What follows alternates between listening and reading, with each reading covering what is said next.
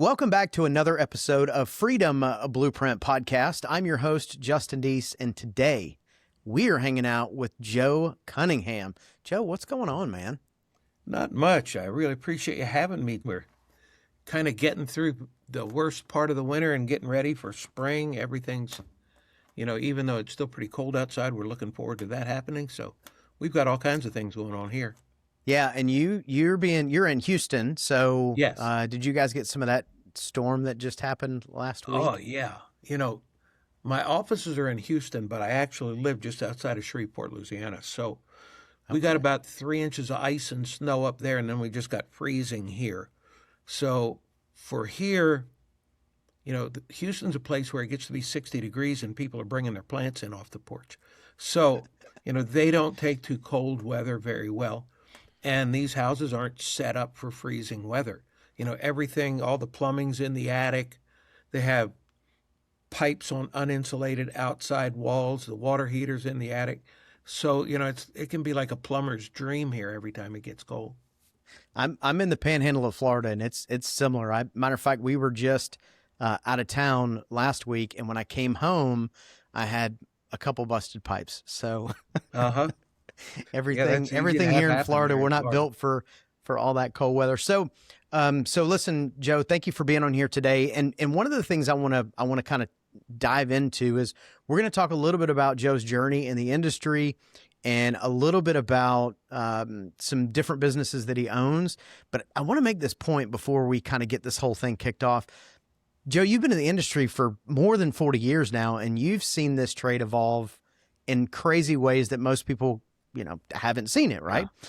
And what's interesting is that you are evolving with it and you're keeping up with it, man. And you're progressing and one of the leaders in this growth. And I think that's pretty incredible. So thank you for that. Well, the thing about our industries is if you don't progress with it, you're just going to fall by the wayside. Yeah, it's going to run right past you. Yeah. Well, good. So let's journey in the trades. Go ahead. Yeah, no, I was going to say let's talk about how you even got started in the trades, because I believe your journey started in the plumbing side, correct? Yes, it did. When I was a little kid growing up, I had an uncle that was a licensed plumber. So I was the oldest nephew. So I got to be designated slave every time he needed help, to get parts and then if we're on a job to go get something to drink at the corner store and that kind of thing. And then as I got older and older, I got past just getting stuff off the truck to where I actually got to do really valuable jobs like digging ditches. And, the fun it stuff. seemed like I went a long time through that damn ditch phase. And I realized I didn't like digging ditches too much, but my uncle was a unique kind of guy. He was probably the best plumber I've ever known in my life as far as technical, but he was pretty old school, and he liked new construction and he liked commercial work because you did not have to talk to customers. And I guess he gave me my first lessons in customer communication skills. And if we would ever get a service call at a residence, he would give me the talk. Okay, boy. He said, now we're going to go over here and we're going to do whatever it is we're going to do. But don't be talking to those people. And don't try and show them stuff. If they want something, they'll ask us for it. People don't like it when you do that. So we're just going to go in there and get done and get out. Well, he's my uncle. He's a good plumber. I thought that's the way it was supposed to be. Don't talk to these pesky people. Get out as quick as you can. So that's what we did. And, I ran miles and miles of copper water pipe, and he liked doing old style stuff. We did do some restorations. So he liked cast iron and copper and brass DWV. So, I can pack and pour a joint with the best of them. He was the best I've ever seen, though. I can do it horizontally and downhill. He could even get that stuff to go uphill, which I never saw anybody do before in my life. But he was absolutely amazing. And he liked doing it. He had a forearm on him like Popeye, and his knuckles from packing and pouring joints with a caulking and packing iron looked like they had a coat and a leather over them. But he was an amazing guy as far as teaching you stuff. But, I realized that I really didn't want to do that because I was seeing the side that I didn't want to.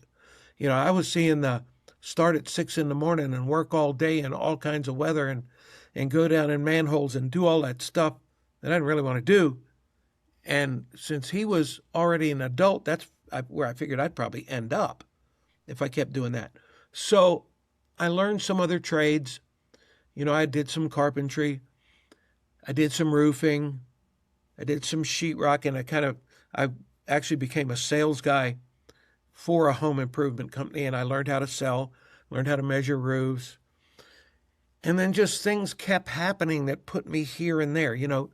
I had a little framing company. We framed houses, and then I built some houses, and then we had a remodeling company. And that's where everything really changed because we did everything.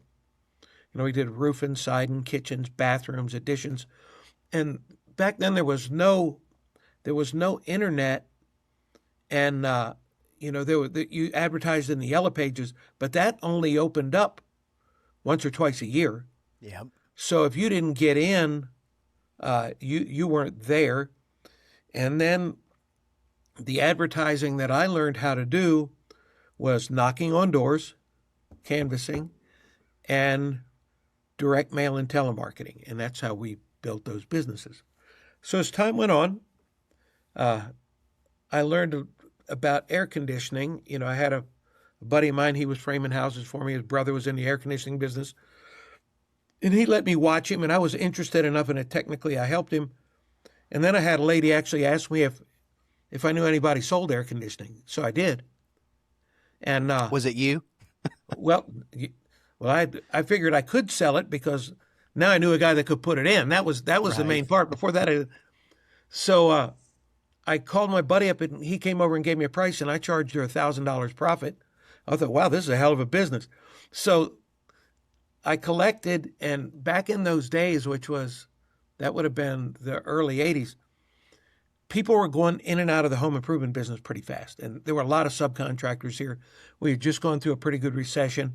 Most of Michigan had moved to Houston, and they were all subcontractors.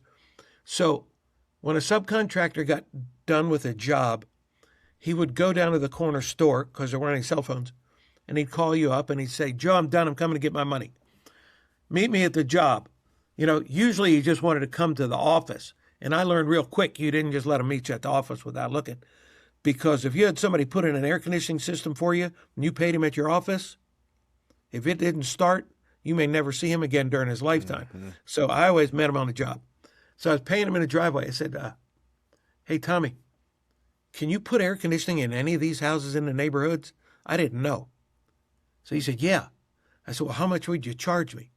And he said, $720 or $730 a ton. I said, well, that sounds like a good price, but how do I know how many tons you need? He said, well, get in a truck. I'll show you. So we ride around the block. House like that needs 2 tons. One like that needs 3 tons. A big one like you just did with the room addition, that needs 4 tons. So I was fully trained and ready to go to work. And I did that day. And I started knocking doors and selling air conditioning.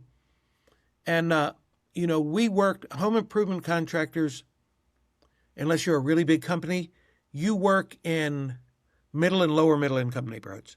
So there were still quite a few neighborhoods just had window units. And the air conditioning guys wouldn't even go in there because they thought they couldn't afford air conditioning. But what I found out was nobody would go in and try and sell them one. So it was just like shooting fish in a barrel. I mean, you go down the street and knock on a door. You had your story, and before you know it, you'd sold an air conditioner. And I was one of the first people that ever sold $1 million worth of air conditioning in a year. Now, that was not a big deal. It's not a big deal now. It was a big deal then. Number one, because of the prices, and nobody ever had all these systems like they've got now. Nobody had ever heard of that. I was selling a system, and I was probably next to the highest price in Houston. I was selling a 3-ton system, and it was a janitrol, given that, but it was $5,700. And there's only one guy got more than me. All the Carrier and Lennox and Train dealers were selling this stuff for $3,000. So I just learned not to pay attention to them. Mm-hmm. So that's what I did. I just kept selling and selling and selling. And about the end of 88, first part of 1989, we had a big banking scandal in Texas. You know, one of the things as I was getting to sell more and more air conditioners was the guys that subcontracted for me, the distributors they bought from, because they supplied equipment and all. I didn't buy anything. If you were my subcontractor, you nice. came with the equipment. So they had never bought that much air conditioning before. So the guys they were buying from started asking them, "How are you selling all this air conditioning?" They said, "Well, we ain't selling. Here's a guy's card that sells it. Go ask him." So the distributors and the sales guys, they'd come by and say, "Hey, man, we heard you're selling a lot of air conditioning. How do you do that?" I said, "Well, this is what I do." I said, "Every afternoon, I get in my truck, and then I drive across town. And I find a neighborhood, and I pull up in there, and then I park. And then I get out, and I walk down the street, and I knock on people's doors and ask them to buy this stuff. And you know what? Some of them do. They said, 'You can't sell air conditioning like that.' I said, 'I know you can't, but that's what I do.' Well, after about 2 or 3 years, they figured out that I really could. And then all the distributors, boy, they had a deal for me. They'd come by, 'You should buy from us.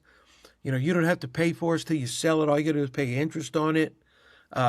You know, the subcontractors are charging you upcharge. You buy it cheaper. You make more money. If you ever have an emergency, you have equipment here. And if you sell a lot, we would take you fishing in Mexico.' Well, ain't that a hell of a deal?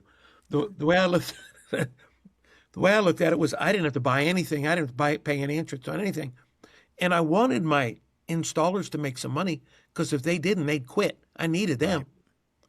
And my warehouse wasn't big enough to hold 2 tables, and I was making enough money I'd go fishing in Mexico whenever I wanted. So my answer was always no. Well, back to where I was, about the end of 88, first part of 89, we had a big banking scandal in Texas.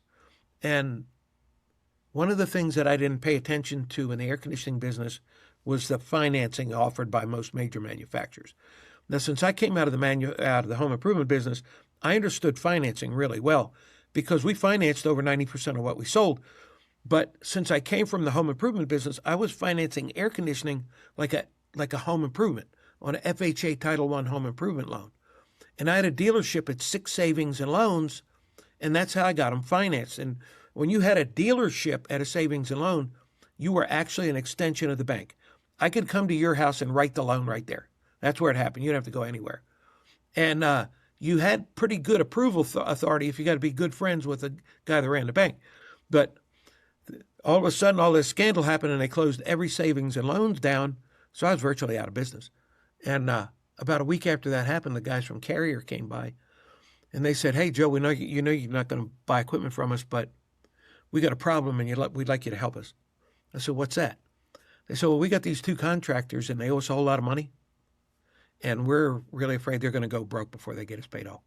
So if you could go work with those guys and show them how to sell air conditioning like you and get us paid off, we'll give you this much money."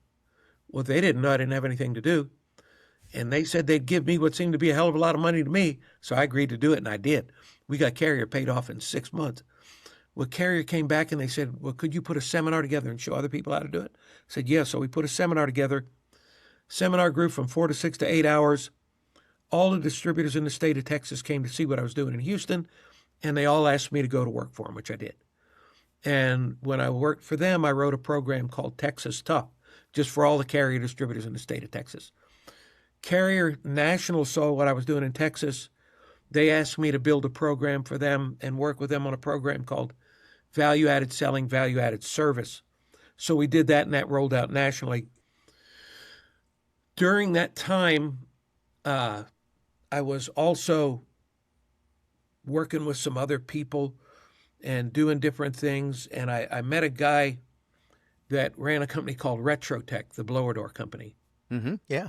And they saw what I was doing in the air conditioning business, and they asked me if I could build a selling program for them in the blower door business, which I agreed to do. And then they offered me a distributorship, which I took. So I sold blower doors in Florida, Georgia, Mississippi, Alabama, Louisiana, and Arkansas. And since there was no representation east of the Mississippi, I had the whole eastern half of the United States. And while I was doing that, I also gave seminars for a lot of the distributors up and down the East Coast. So a lot of the guys that bought blower doors from me, a lot of the guys that came to my seminars were joining a new group that was being formed back then called Contractor Success Group. Mm-hmm. So they said, "Joe, the stuff you talk about is a lot like the stuff we talk about in our seminars. You need to meet the guys that started Contractor Success Group." So they set up a meeting. I flew to St. Louis. I meet with Jim Abrams and John Young, and they asked me to run what they call Future University for them, which was their educational arm. So I was president of Future University for about a year and a half, and I got a call from Abrams one morning. He said, look, we're getting ready to do this service experts thing. You heard us talking about it. We'd like you to help us. So I went to work before Service Experts was Service Experts. We put the first 13 companies together and we went public, became the first publicly traded air conditioning company. I worked with them for about a year and a half. And when Service Experts then was, and Service Experts still in existence, but two dramatically different companies. You know, back then we'd buy a company and the criteria was $2 million or more and you had to make 10%. You know, so we'd buy the company and you had to agree to stay there for 2 years. There was really no computer software, but everybody had KPIs. So we did it on an Excel spreadsheet that was printed out. And then you wrote your numbers in there and then you faxed them to the headquarters. You know, and you wrote all your numbers on there. Ran this many service calls, brought in this much service revenue, this many maintenance, this much maintenance revenue, sold this much stuff, has this much stuff in backlog, this much in IQ, whatever you did. And then it showed actual versus goal. So if you didn't hit your numbers for 2 weeks, my job was to get on a plane and fly wherever you were and stay with you for a week and fix those numbers. And the next week I'd go to another company, then another company, then another company. And I got tired of doing that after a year and a half. You know, I never got to see my wife and kids, so I called up Abrams and I said, I quit. I ain't doing this anymore. He said, what you quitting for? I said, because I'm never home, Jim. I never see my wife and kid. My kid thinks I live at the airport and they pick me up for the weekend. You know, you can't pay me enough money to do this shit. I'm not doing it anymore. He says, well, is all you want off the road? I said, yeah. He said, well, we got a deal for you. Now, I don't know if you know Jim, but if he ever says that to you, you might want to ask him what the deal is first. But I want off the road bad enough. I said, okay, what's the deal? He said, well, here's the deal. He said, we got these two companies, and they're not that big. One's only doing $1.5 million. The other's only doing $3.5 million. And they're only 100 miles apart. And both managers just quit, and they're both losing money, and you got to go fix them. You can do that, can't you? So I said, yeah. So I went over there and did that. And then they gave me an opportunity with the train company, because the train company, they said, had 4 TV stations. And they said I could be off the road by doing all my training by TV. So every Tuesday, I would drive to Tyler. They sent in one of those big uplink trucks like they use for the football game, and they just beamed me up. You know, we had 138 companies. So I did the first nationally broadcast and televised training program in the air conditioning industry, and I ran those 2 companies. Well, after about 6 months, they called me up. They said, okay, you got the companies going all right. We got 2 new managers. You ain't got to do that anymore. All you got to do is a TV show. Well, that's all I wanted to do anymore anyway. So I did that for another 6 months, and I got another good news call. We have decided to move everybody back to Nashville. So put your house up for sale and come on to Nashville. Well, I said, no, all I need to do is quit, because I ain't moving to Nashville. And it's not like I don't like Nashville. Nice place. Yeah. But moving for my family is not a 3-bedroom house in a subdivision. We got horses, we got cattle, we got farm equipment. I want a place in Texas. I got another damn place in Louisiana. I sure as hell don't need one in Nashville. So I quit, and we started working with distributors, mainly Train, and we ended up training students, technicians, and business managers and service managers all over the country. And I've been doing that for quite a while. And then we got into the best practice groups, Service Roundtable, Service Nation. And it's been a wonderful life. You know, I've done lots of work with individual contractors. Service Nation and Service Roundtable was really kind of a blessing, because it took me back out of HVAC and into the other industries, plumbing and electrical. And it also let me meet a lot of people from other countries that were regularly coming to the meeting. So I have quite a few customers in Australia, and I usually go there once a year. Mm-hmm. And most of my customers over there are plumbers. They do a little bit of air conditioning, but the air conditioning business is dramatically different in Australia. You know, it's like Asia. It's all mini splits. Mm-hmm. And since they're so close to Asia, the market's flooded with the cheap ones. You can go in a big grocery store and buy a mini split. You know, and then they hire a guy off of Craigslist to put it in, so it kind of changes that up a bit. But it's been a great life, and you know, I've had a lot of fun doing it. learned a lot of different things, met a whole lot of people. I've had the opportunity to train more people than anybody in our industry. I used to keep track, and I stopped keeping track in 2008. I got to 35,000. And I think I've trained more since 2008 since then. I've created more $1 million retail sales guys than anybody, and now in the multi-million-dollar sales guys. I've trained some of the highest producing selling technicians that are in the industry. I mean, I've trained some of them selling $5 million out of a truck.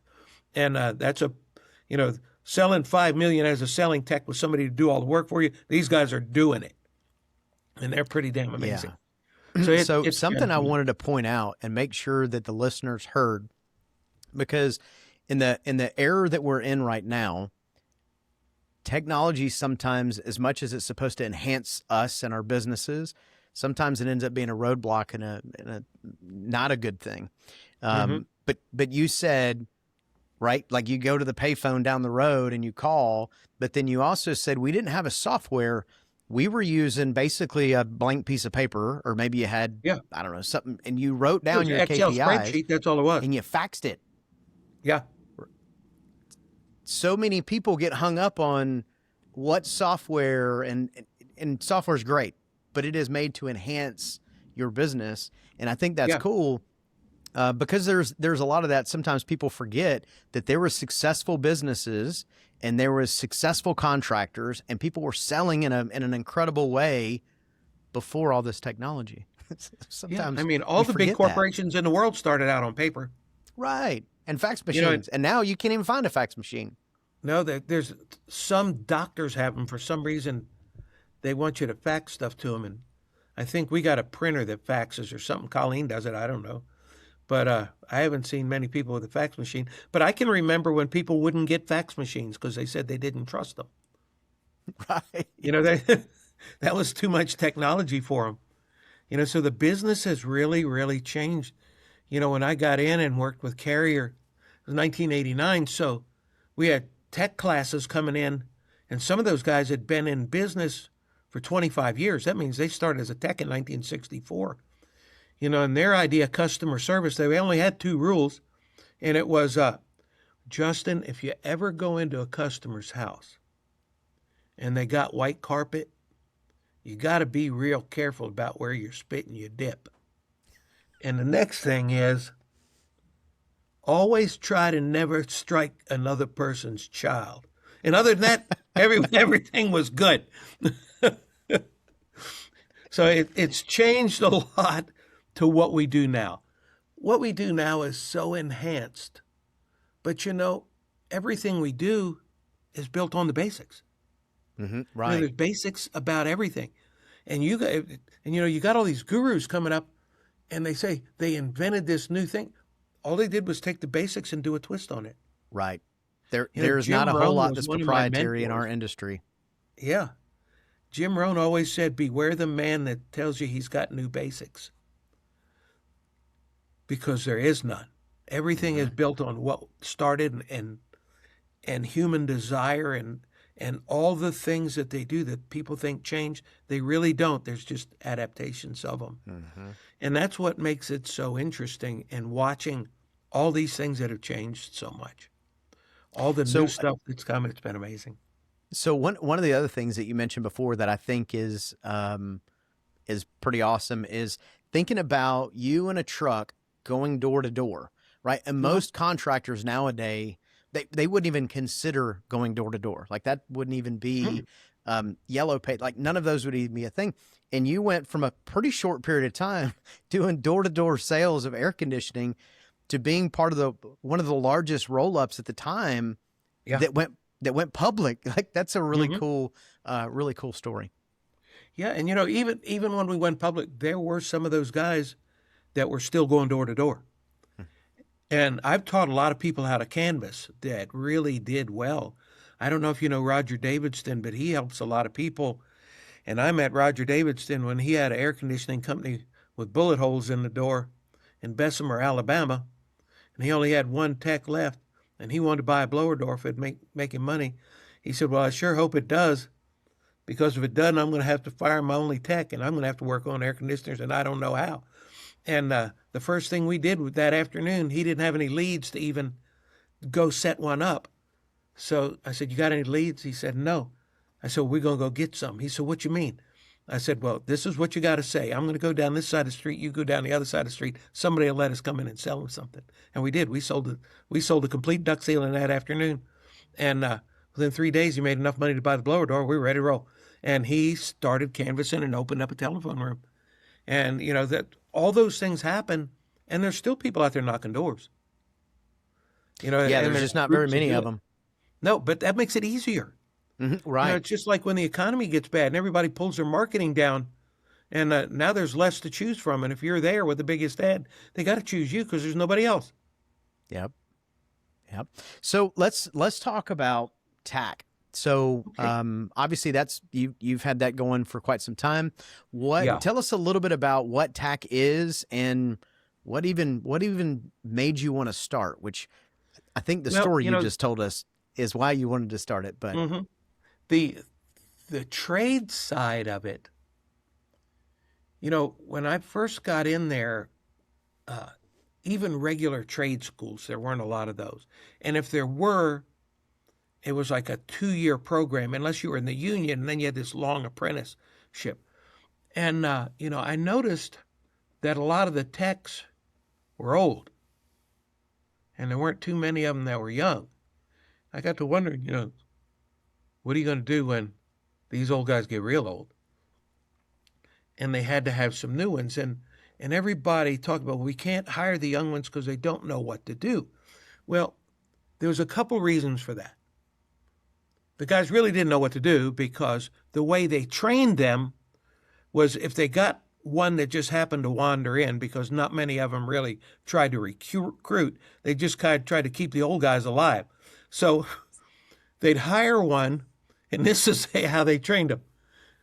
"Hey, Justin, you ride with Jim. He's the best guy I got. He'll teach you everything you need to know, boy." So you'd get in the truck. Now, Jim might be the best guy I got, and he does almost everything that I want him to do. And Jim would teach you to be almost as good as him because he didn't want you to get better. So we had this never-ending downward spiral of training. So during the Contractor Success Future University thing, one of the guys that really sparked this off was the Hardwicks in Little Rock, Arkansas. And the two sons, I knew the father, Fred, who's the nicest, kindest man in the world. He had 2 sons and a couple daughters. But Alan and Mark ran his air conditioning company, but Mark built the little school to hire and train people in. And he built a curriculum where he could take a guy in 2 weeks and at least get him started. So I always thought that was a great idea, and I talked to him about how he did it. And we went back and forth, and I did a lot of study on what people needed to learn and what was missing in the schools and why they didn't learn, because I've been lucky enough in my life to have a lot of mentors. And one of my mentors was actually a brother of one of the first ones, and this guy had a degree in neurolinguistic programming, so he understood. Okay. Yeah. He understood how people thought, and he also understood how he learned, which was very valuable to me in my career. So in learning that, it allowed me to put a training program together where I could train a tech in a very short period of time. And I knew that I could take a guy, if he could spell AC, by day 10, I could make him a maintenance tech.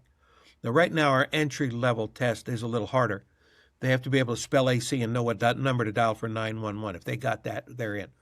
So don't ever ask them to spell furnaces, too many letters. But we get them started, and in 10 days, we teach them to become a better-than-average maintenance tech.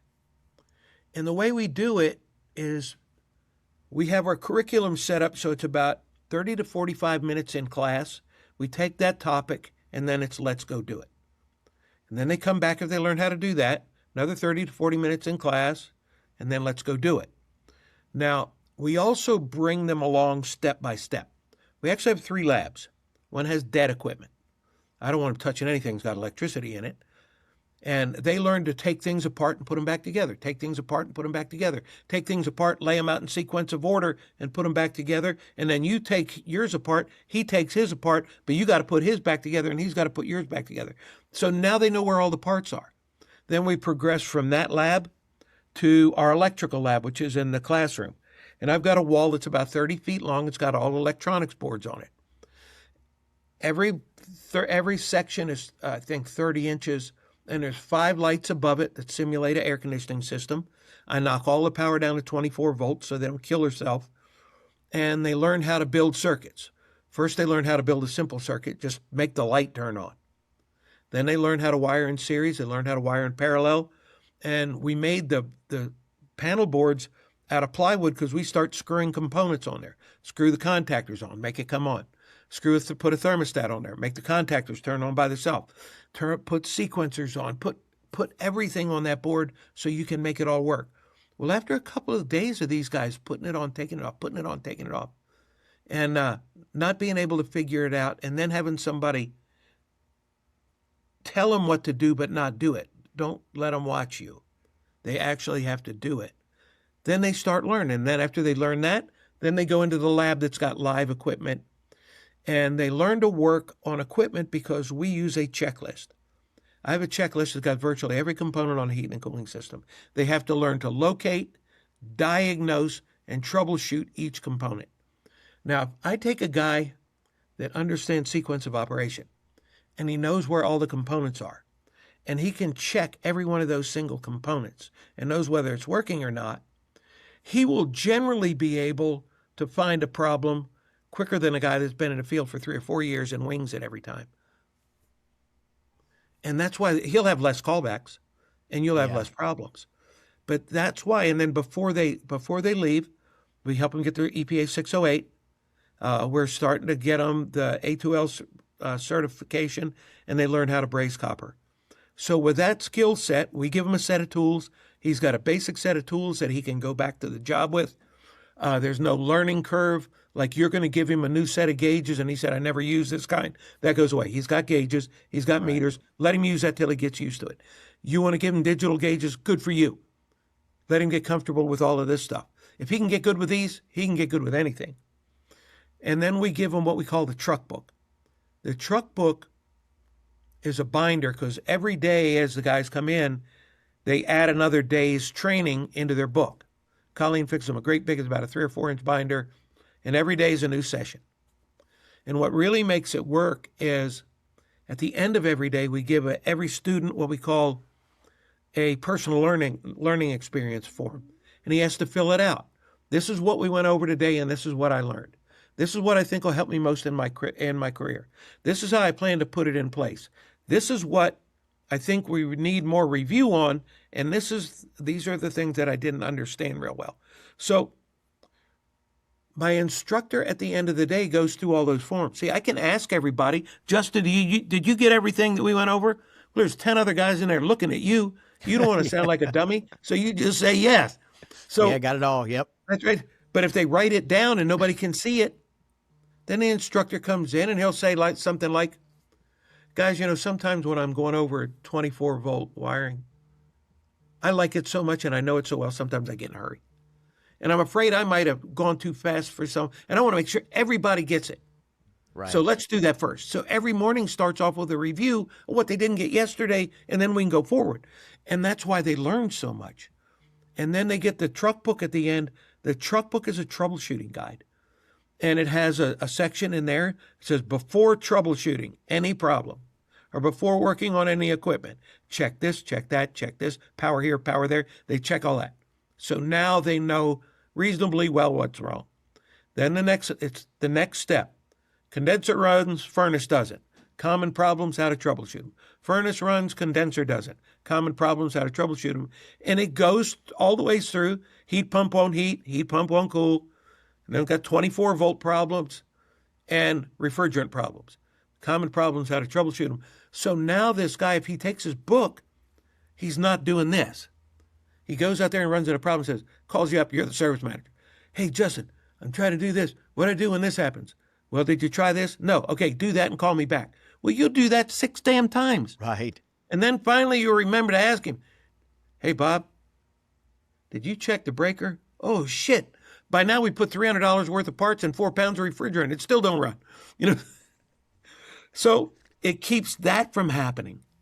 And that's why these students are so good. You know, and now here in Houston, I'm in partnerships with Jim McInville from Gallery Furniture. And he has a program called Work Texas, and we do it for the locals. But we took the same curriculum, we spread it out over 6 weeks, and they come at night. And it's Monday through Thursday from 6 until 10. But Work Texas, it's such an amazing program. When they go through there, they pay their curriculum, they buy them the tools, and when they leave, if they get hired by a contractor, they'll pay 50% of their wages for 6 months. It's absolutely amazing what they do for the guys in Houston. Well, and I'm really I think going to try and scale that myself in several other places.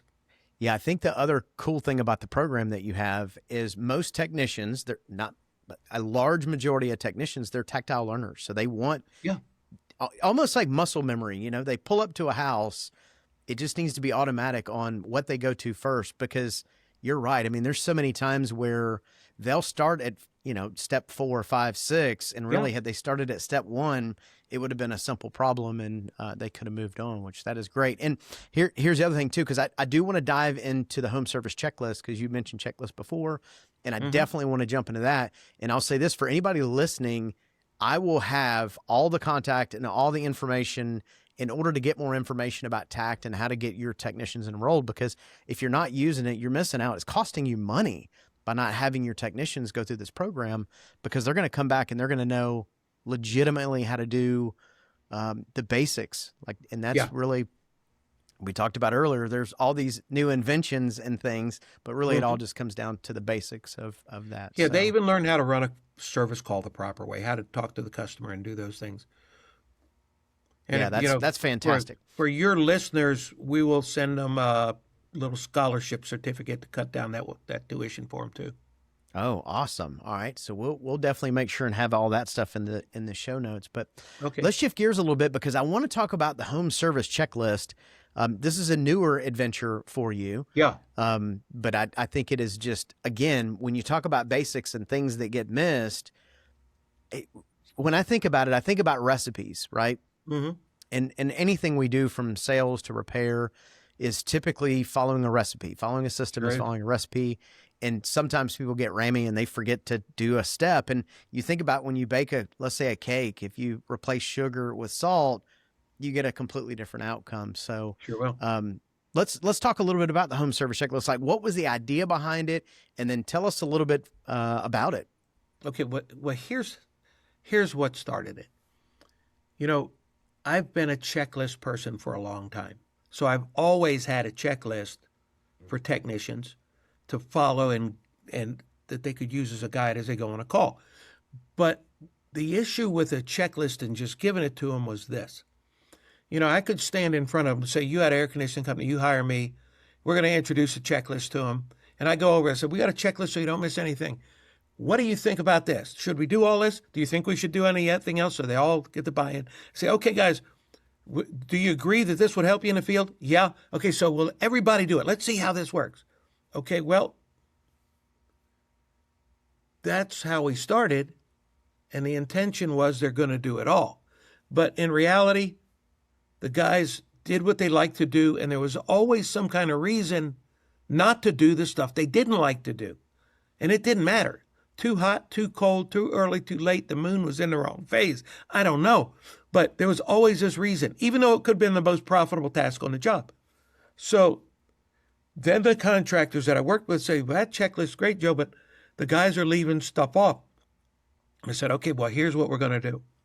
We're going to require pictures on the really valuable stuff. That'll do it. Require pictures.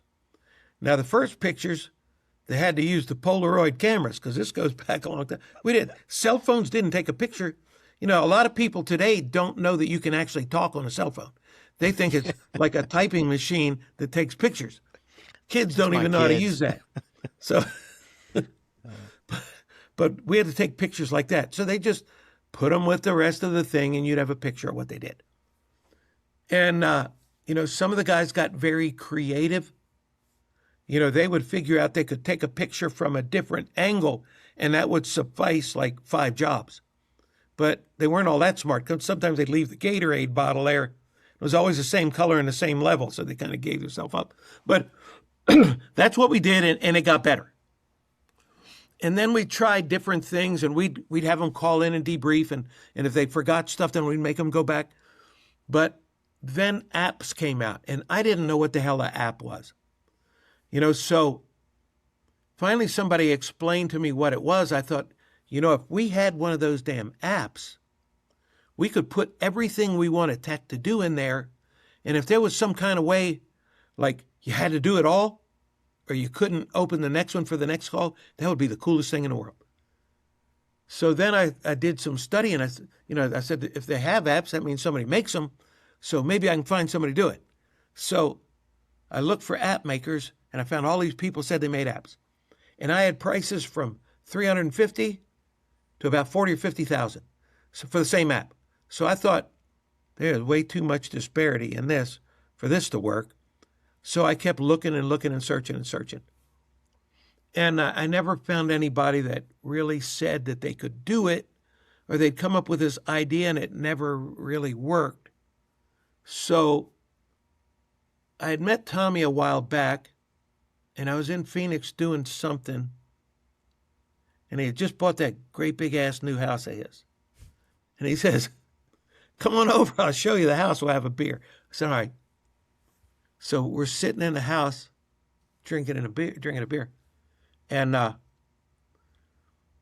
said, Tommy, I want to get at the next step in my process of teaching people how to do things, because I give everybody a checklist. And I know you got checklists too. I would like an app that I could put everything in there, and the tech would have to do everything, and it'd make him take pictures. And if he didn't do it, they wouldn't let him finish the job, and it'd make him do it. He said, damn, I'd like to have an app like that too. He said, you want a partner? So I did. We partnered that afternoon over a beer. And so we started working on this thing because he had a staff that was working on other software that knew how to do that. So every Thursday morning, I'm getting up and talking to these people in India and different places, building this app. And we thought it would be like a 6-month project. Well, it took a little longer than 6 months. But I mean, this app is one of the most amazing things I've ever seen in my life, and does some incredible stuff. Here's what it does. We've created templates that are just like my checklist. So we've got an air conditioning checklist, plumbing checklist, electrical checklist for about every trade. And we have a before you work on any system checklist. So all those templates are in there. So if you're an air conditioning guy, a plumber, electrician, whatever, and you get this app, you go in there and you pick that app out, or pick the template out, and you load it in the app. Then you look at the tasks that are in there, because it's basically my checklist. So every task is on there, except for a few odd ones. So you look at this and you say, well, I'm in the Northeast and we have wet heat, so I want boilers in there. Well, you can add boilers. And I'm in this part of the country and we don't ever do that crap. Joe does. So you take that out. And then anything that you really want done on every job, no matter what, you just mark that thing mandatory, which means this guy's got to do that task and take a picture and write a comment. So now the guy starts off. Before troubleshooting, if it's a service call, he looks at everything on there. Everything passed? Okay, yeah. Now we go to the next one. Plumbing checklist for service or sales. HVAC, it doesn't matter. He goes down there, every one, and if he doesn't do one of the things that I mark mandatory, like if he doesn't take a picture of it, we make our techs pull the whole blower assembly on every call, no matter what. It's coming out. Because I find that 35% of them need to be cleaned, and I got techs say, well, I could see it. Well, I lost my x-ray vision while I was leaping tall buildings in a single bound. I can't see through the side, so I make them pull it out. I can't find the 35% if we don't pull 100%. So we clean a lot of blower wheels. And that is a mandatory task, so you have to take the blower assembly out and take a picture, because that picture is going to allow you to make a presentation. And we sell a hell of a lot of blower wheel cleanings. But when he does this list, he gets done with his task list, he hits summary. Well, AI will write him a summary of everything that he did and everything that he found. But if you didn't do whatever I had as mandatory, you can't close it out. It won't summarize it. It takes you right back to that box, like you're filling out a form on the internet and you got to fill it out. It takes you right back there. You can't summarize it. So now the tech's got a list of everything that's wrong. Now, if you have techs that sell, he can sell from it, make his presentations, or if you do what I think is a better choice, which is call-by-call management, you hit the next button, which says send to office. So now if you're the senior service advisor in the office, you get his checklist with all the results and every single picture and every comment before he ever talks to the customer. So now you've got that. He goes to the truck and goes over it with you. Then you call the customer and say, hey, Ms. Johnson, this is Joe. I'm the senior service advisor over at your air conditioning company. And my tech, Jimmy, as you know, is working on your house. And he found some things that he was kind of concerned about. So he called me and told me I had him take some pictures. And quite frankly, after I saw those pictures, I was pretty concerned myself. Would you mind if I shared that with you? 100% yes. Right. A customer's never going to say no. I've never had anybody tell me no. Right. And then you, as a better salesman, sell the job. But Jimmy's there to show him. So you can say, hey, Jimmy, why don't you show Miss Johnson this? Why don't you show her that? You got that picture, show her this. So you are orchestrating this play. And you show the customer what's going on. Every one of your tickets go up. Every one of your callbacks go down. Your turnover rate goes through the roof. You leave nothing out there. And this checklist does it for you. Now, I'm also about 3/4 of the way done in building a knowledge base, because this is where the green techs really shine. Now, they already know how to do the task, but sometimes they forget. So we're adding a button on the side that's going to be a knowledge base button. I call it, I forgot how to do this damn task button. And you push that button and a PDF or a video will come up and show you how. I don't remember how to hook my gauge up. I don't remember how to figure subcooled superheat. I don't remember how to do this. I don't remember.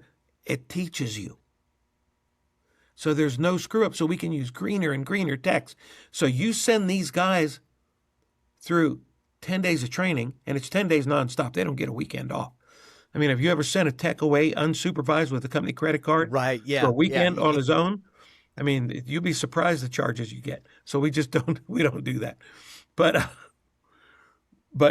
that's how that checklist works, and it's doing some amazing things. You know, the call-by-call management raises your ticket up, and this checklist just compounds it. And I've got guys in little bitty places like Henderson, Texas. Rick at RES. Henderson's not a big place, but my gosh, Rick is a believer, and he's got them using this app, and his tickets are through the roof. Customers are happier. Right. He's able to get his techs to find everything out there. And you know, not finding everything out on the job is really an issue, because number one, that's where your callbacks come from, but that's how you lose most of the customers. You know, you're lucky when you get the callback. You're not lucky when they're just really pissed off and they call somebody else. You know, so yeah, I think that's a good point to make, is that when you're using a checklist, like when you're using your checklist system, now the customer is going to be happy because now everything has been looked at. I mean, that tech is the professional. So how often are they having someone come in the house to tell them what's wrong with their system? And I can tell you, like from my experience, there's a car place that works on my car, and you go, and I've taken it there one time, and they changed the oil. And then by the time I went to go pick it up, I go to pick it up and they're like, oh, I meant to mention this other thing needed to be done. Like, why didn't you tell me that before, while you were working on it, before I came here? I'm going to pay you more money. You're happier. I'm happier. And it's a better way to do it. So yeah, customers are going to be happier, and they're going to pay you more money and be happy to pay you more money. They sure are. They sure are. You know, the everybody thinks, and the customers will tell you stuff, and you know, we take it at face value. Like, okay, Justin, don't go looking for stuff that's broke, and if it ain't broke, don't fix it. We ain't got much money. They're not supposed to tell you they got a lot of money. Right. They all I'm loaded, man. You just go do whatever. You just That's right. hit So me with you know, the big bill. the checklist saves you from so much grief. And the good thing about it, using a checklist that I really like, and it's going to be very important this year, especially because the market appears to be going down. All shipments are down. It allows you to let a tech run less calls that are more profitable and take longer. Mm-hmm. One of the biggest things that I see holding people back is call count. They try and make the techs run too many calls. And I ask, how many calls do you make a tech run? Oh, we like to get 4. Okay, and you want them to get done at 8? Yeah, we want to get done at no overtime. Well, they're going to have really low tickets because you can't do it. You just can't do it. But if you make your magic number 3, you're making the guys run 4, but now you make the magic number 3 and don't cut back on your marketing. Keep the marketing the same. If I got 3 guys that were running 4, now they're running 3, that means I got 3 calls left over, and I can hire a tech, and I don't have to do any more marketing. And all my less overtime. Yeah, all 12 tickets will go up. Yep. Instead of all 12 of them going down. So the checklist thing, this makes your job easy. And another thing about it that I'm going to throw in before I stop running my mouth, because it seems like I'm talking a damn lot. You're good. Here's the thing about the checklist and going over it. As I go through this checklist, let's say I come to your house and you have $1,800 worth of repairs. You say, oh my gosh, Joe, you got to do all that to make it run? I said, no, Justin, I'm going to do this and this and this. It'll run. I don't know how long. Could run a day, could run a week, could run a year. I don't know. You say, well, how much if you just do that? And I say $600. And you're sitting there thinking, let me see, $1,800 to get it running or $600 to get it running, and I need some tires on my pickup. I know which one you're picking. But here's the thing. Just because you said no today doesn't mean you never want it fixed. And the good part about the checklist, there's an accept and decline column. Mm-hmm. And you've got a perfect list of every repair that your customers know they need to have done. They just didn't do it then. So if the phone does stop ringing, you have enough rehash to keep you going for a month. Mm-hmm. So it does a lot of stuff for you. It's the most amazing thing I've ever seen. Yeah, I got to do a demo with Rebecca last week, and it is a pretty awesome Pretty cool, software. Huh? It was pretty cool. So for anybody listening that wants to do a demo, what's the best way for them to do that? Well, they can either contact me or they can go to the website. I believe it's homeservicechecklist.com, although it might have another prefix since we're still in beta that will take them to that site. So the best way is just email me and I'll send them a link, or they'll email you and I'll make sure you have the link, or whatever's the easiest for you to disseminate that to them. Or they can just give me a call. Either way. Yeah. Well, and I'll make sure to put it in the show notes too. So in there, you'll have any information, how to access the demo, all that stuff will be in the show notes. So I'm telling you, check it out. It's a pretty cool app, and it definitely will make you more money. It will give you less headache. It's really, when you do have recalls, now you have a really good list of what the customer said no to. So now it's a different conversation when you go in the house versus, well, you were just out here and you didn't fix it. Now it's broke again. Yes, ma'am. But here's the list of things that I said needed to be done. Right. So it's definitely a different conversation. So, yeah. It's a whole different conversation. 100%.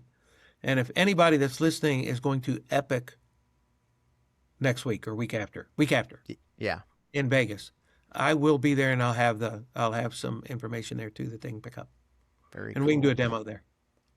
Well, Joe, I appreciate you coming and hanging out. It is awesome to get to hear your story again. I've heard it before, but I love it. I think it's you're such a testament to hustle and grind, and good things happen. And I think sometimes that's forgotten in our world. And I think it's just cool and it's amazing. And I've followed you for a long time. I've known you through a long time. We've met through, I think, probably Service Nation years ago. So, but yeah, I appreciate you coming and hanging out, man.